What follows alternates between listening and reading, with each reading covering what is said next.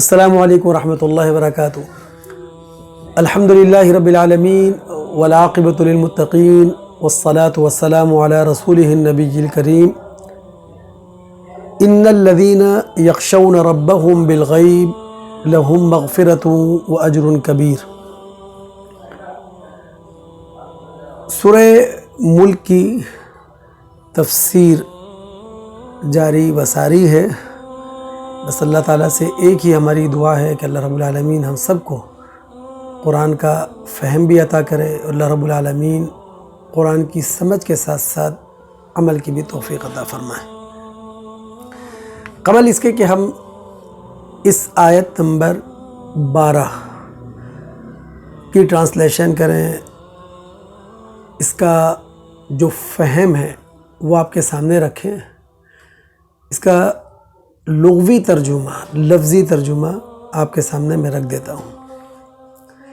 ان الذین، یقیناً وہ لوگ، یخشون ربہم، جو اپنے رب سے ڈرتے ہیں، بالغیب، بن دیکھے، لہم مغفرۃ، ان کے لیے اللہ تعالیٰ کی طرف سے مغفرت ہے، معافی ہے، واجر کبیر، اور بہت بڑا اجر ہے۔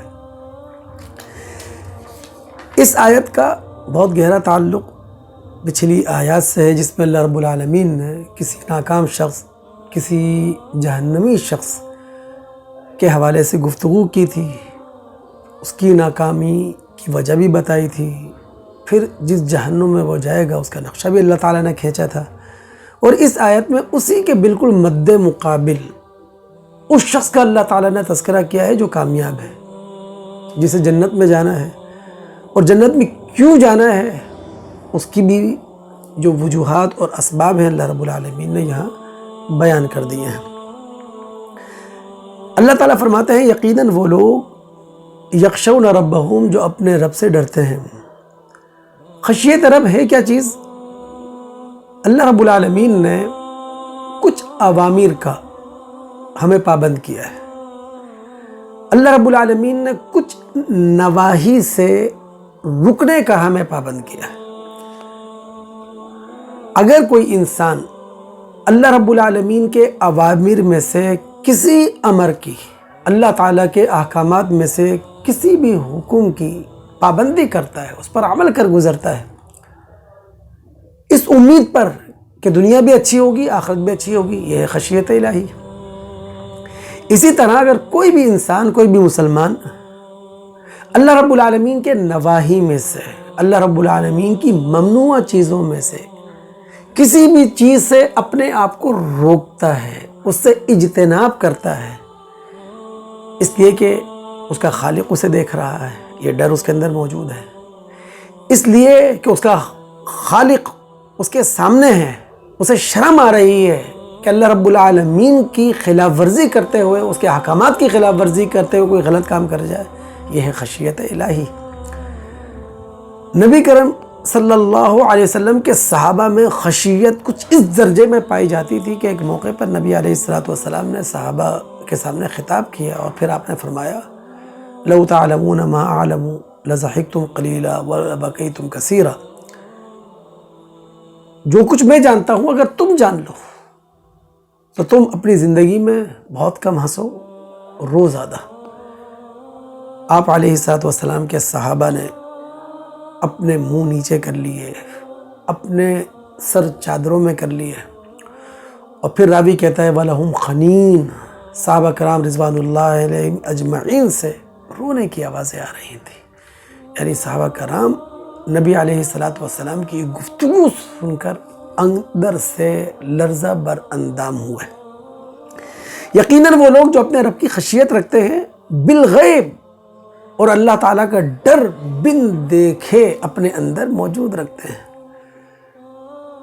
اللہ رب العالمین نے جو یہ دنیا بنائی ہے، یہ امتحان کی غرض سے ہے، اور اسی امتحان کی وجہ سے اللہ رب العالمین نے بہت ساری حقیقتیں پردے خفا میں رکھی ہیں۔ اللہ رب العالمین کی ذات، اللہ تعالیٰ کی صفات، وہی، جنت، یہ سب غیبی حقیقتیں ہیں، نہ انسان اپنے حواس سے ان کو محسوس کر سکتا ہے، نہ اپنی آنکھ سے اس کا مشاہدہ کر سکتا ہے۔ لیکن یہ بات ہمیں نہیں بھولنا چاہیے کہ جتنی بھی غیبی حقیقتیں ہیں جو پردہ خیفہ میں ہیں، ان سب کے محسوس دلائل انسان کے اپنے وجود میں بھی ہیں، انسان کے وجود سے باہر خارجی کائنات کے اندر بھی اس کے دلائل موجود ہیں، اور پھر ان غیبی حقیقتوں کے دلائل پر ایک مؤثر آواز اٹھتی ہے جو نبوت کی آواز ہوتی ہے، جو رسالت کی آواز ہوتی ہے، اور نبی اور رسول وہ ہوتا ہے جو صادق ہو، جو امین ہو، جو سب سے زیادہ سچا ہو، لوگ آنکھیں بند کر کے اس کی باتوں پر اعتماد کرنے والے ہوں۔ وہ شخص، وہ ہستی کھڑا ہو کر لوگوں کے سامنے یہ کہتا ہے کہ تمہارا کوئی خدا ہے، وہ اکیلا ہے، اس کی یہ صفات ہیں، وہ تمہیں اپنی جنت کی طرف بلاتا ہے، مجھ پر وحی آتی ہے اور یہ کچھ وہ تمہارے سامنے رکھتی ہے، اور یہ کچھ تم سے مطالبے اور تقاضے کرتی ہے۔ اگر یہ غیبی حقیقتیں ہمارے سامنے آ جائیں تو پھر انسان کا امتحان بے معنی ہو کر رہ جاتا ہے۔ پھر تو انسان مجبورانہ ان حقیقتوں کو تسلیم کرنے پر اپنے آپ کو مجبور پائے گا۔ یہ مضمون اللہ رب العالمین نے قرآن میں کئی مقامات پر بیان کیا ہے۔ میں سورہ انعام کی آیات 27 اور 28 ہیں، اس کی طرف آپ کو لے کے چلتا ہوں کہ رب العالمین فرماتے ہیں وَلَوْ تَرَىٰ إِذْ وُقِفُوا عَلَى النَّارِ۔ اے قرآن کے قاری، کاش وہ حالت تمہارے سامنے ہو کہ جب ناکام لوگ جہنم پر کھڑے ہوں گے اور یہ کہیں گے کہ کاش ایک مرتبہ ہمیں لوٹا دیا جائے دنیا میں، ہم اللہ تعالیٰ کی آیات کا انکار نہیں کریں گے، ہم مومن بن کے رہیں گے۔ اور جہنم پر کھڑے ہو کر یہ باتیں وہ اس لیے کریں گے کہ اب ان کے سامنے حقیقتیں واشگاف ہو چکی ہوں گی، اب انکار کی گنجائش تو ہے نہیں، اب مجال انکار باقی نہیں رہا۔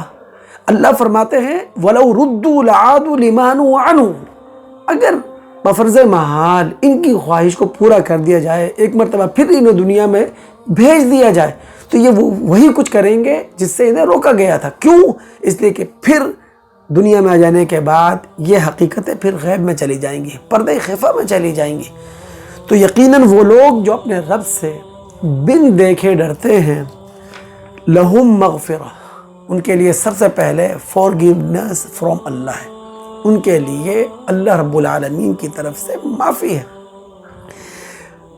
دیکھیے اللہ تعالیٰ کی طرف سے مغفرت کا مطلب اور معنی کیا ہے؟ غفر عربی میں کہتے ہیں کسی چیز کو ڈھانک دینا، کسی چیز کو چھپا دینا، یعنی ایک چیز کی بدنمائی کو چھپانے کے لیے اس پر کوئی کپڑا وغیرہ ڈال دینا۔ عرب عورتیں جب اپنے سروں پر تیل لگاتی تھی تو تیل لگانے کے بعد اپنے سروں پر اوڑھنی لینے سے پہلے ایک کپڑا رکھتی تھی تاکہ وہ کپڑا ان کی اوڑھنیوں کو تیل کے داغوں سے بچا لے۔ اس کپڑے کو کہتے ہیں عربی میں غفارہ۔ اللہ رب العالمین کی طرف سے مغفرت کا مطلب یہ ہے کہ اللہ رب العالمین گناہوں پر پردہ ڈال دیں، گناہوں کی عقوبت پر پردہ ڈال دیں۔ یاد رکھیے اللہ رب العالمین کے ہاں اس کے قانون عدل میں وہ تمام گناہ قابل معافی ہیں جن کی گنجائش اللہ تعالیٰ کے قانون عدل میں ہے۔ اور دوسری چیز وَأَجْرٌ کبیر، بہت بڑا اجر ہے، گریٹ ریوارڈ ہے۔ اجر کو ہم اگر تھوڑا سا گہرائی میں اتر کے سمجھنے کی کوشش کریں، آجر کہتے ہیں جو مزدوری پر کسی کو رکھے، اجیر کہتے ہیں مزدور کو جس کو مزدوری پر رکھا جائے، اور آجر اور اجیر کے درمیان جو معاوضہ طے ہوتا ہے اسے کہتے ہیں اجرت۔ اللہ رب العالمین آجر ہے، اجرت پر رکھنے والا ہے، نسل انسانی اجیر ہے جسے اجرت پر رکھا گیا ہے، اور جو معاوضہ طے ہوا ہے وہ ہے جنت۔ اب ہمارے سامنے سوال یہ ہے کہ اللہ رب العالمین نے نسل انسانی کو کس چیز کی مزدوری پہ رکھا ہے، کس چیز کی اجرت پہ رکھا ہے؟ تو اللہ تعالیٰ کا قرآن ہمیں بتاتا ہے کہ اللہ رب العالمین نے انسانوں کو حق اور باطل کی آزادی دے رکھی ہے، صحیح اور غلط کا فرق سمجھانے کے بعد انہیں آزاد چھوڑ دیا ہے، خیر اور شر کا امتیاز قائم کر دینے کے بعد اللہ رب العالمین نے انسان کو خود مختار بنا دیا ہے۔ اللہ رب العالمین نے اس مزدوری پر نسل انسانی کو رکھا ہے کہ تم اپنی آزادی اور خود مختاری کا اپنی آزاد مرضی سے استعمال نہ کرو، بلکہ ہماری ہدایات کی روشنی میں اپنی آزادی اور خود مختاری کا استعمال کرو۔ اگر تم اپنی آزادی اور خود مختاری کا استعمال ہماری ہدایات کے مطابق کرو گے، ہمارے قوانین کے مطابق کرو گے، ہمارے بتائے ہوئے اصولوں کے مطابق کرو گے، تو بدلے میں ہم تمہیں جنت دیں گے۔ اس کو ہی قرآن کے اندر کہیں تجارت کہا گیا ہے، کہیں قرآن کے اندر شرع کہا گیا ہے۔ تو یقیناً وہ لوگ جو اپنے رب سے بن دیکھے ڈرتے ہیں، ان کے لیے اللہ تعالیٰ کی طرف سے معافی بھی ہے، اللہ رب العالمین کی طرف سے بہت بڑا اجر ہے۔ اللہ رب العالمین ہم تمام مسلمانوں کو یہ توفیق عطا فرمائے کہ ہم اس قابل ہوں کہ ہم اللہ رب العالمین کی مغفرت بھی سمیٹ سکیں اور اس کے بڑے اجر کے بھی اپنے آپ کو حقدار قرار دلوا سکیں۔ السلام علیکم ورحمۃ اللہ وبرکاتہ۔